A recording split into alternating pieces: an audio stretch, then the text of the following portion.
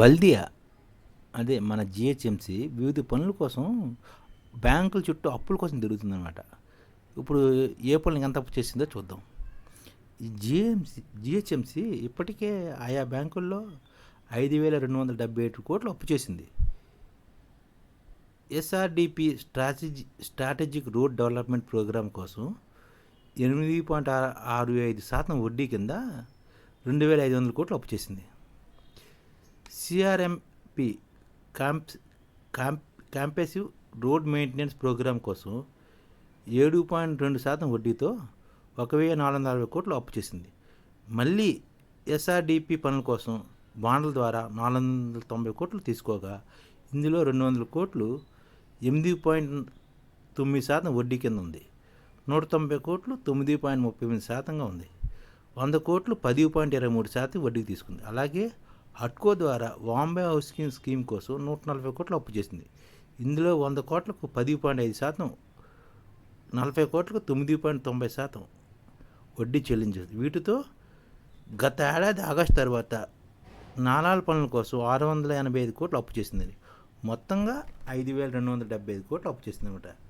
వాటికి ఏడాదికి 400 కోట్లకు పైగా వడ్డీ చెల్లిస్తుంది. అంటే ఇప్పుడు జిహెచ్ఎంసి 5,250 కోట్లు అప్పు చేసింది అనమాట. దానికి వడ్డీ కిందే ఏడాదికి 400 కోట్లు చెల్లిస్తుంది. అంటే అత్యధిక వడ్డీకి అప్పులు చేసి ఇప్పుడు ఎస్ఎన్డిపి ఫేజ్ 2కి 2,000 కోట్లు కావాలని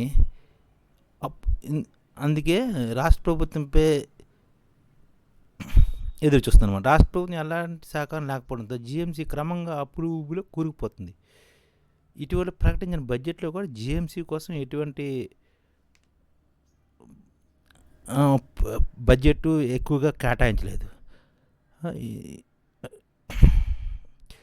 దీనివల్ల డైలీ జిహెచ్ఎంసి 1,20,20,00,000 రూపాయలు వడ్డీగా చెల్లిస్తుంది. అంటే ఇప్పుడు జిహెచ్ఎంసికి వడ్డీలే సంవత్సరానికి రోజుకి 2 కోట్లు అవుతుంది అనుకోండి ఎగ్జాంపుల్. కానీ ఇన్కమ్ అంత లేదు. అందుకని జిహెచ్ఎంసికి ఇన్కమ్ పెరిగే మార్గాలను మనం ఆలోచించాలి. ఆ ఇన్కమ్ పెరగాలంటే మానవాభివృద్ధి సైన్యం, దేశాభివృద్ధి సైన్యం ఏర్పడాలి. వీళ్ళేమో జిహెచ్ఎంసి పరిధిలోని 10 లక్షల మంది ఉంటారన్నమాట. వీళ్ళు జిహెచ్ఎంసి ఆస్తులకు రక్షకులుగా ఉంటూ వాళ్ళ స్వయం సమృద్ధితోటి జిఎంసికి రోజు 2 కోట్ల లాభం తెచ్చేటట్లు ప్లాన్ చేస్తారన్నమాట. అది ఏ విధంగా మన భవిష్యత్తులో చర్చిద్దాం. మళ్ళీ ఇప్పుడు జిఎంసికి పాత అప్పులతో పాటు కొత్త అప్పులు కూడా దొరకపోవడంతో పాటు 2 ఏళ్ల క్రితం వర్షాలు భారీగా పడి సిటీలోని వందలాది కాలనీలు నీటిని మునిగాయి. ఆ టైంలోని ఆయా కాలనీలకు తీవ్ర ఇబ్బందులు ఎదురించాయి. ఆ కాలనీలని డెవలప్ చేయడానికి 737 కోట్లు తోటి 37 నాలా పనులను ఇంకా పూర్తి చేయలేదన్నమాట. 37 నాలాలను అభివృద్ధిగా చేస్తే 800 కోట్లతోటి కొంతవరకు కాలనీలకి వరద ముప్పు తగ్గుతుంది అనమాట. ఇలాంటి పనులన్నీ చాలా ఉండిపోయాయి అనమాట. ఇవన్నీ తీరాలి. జిఎంసి లాభాల బాటలో ఉండాలంటే ఐడిఎఫ్ ఏర్పాటే ముఖ్యం.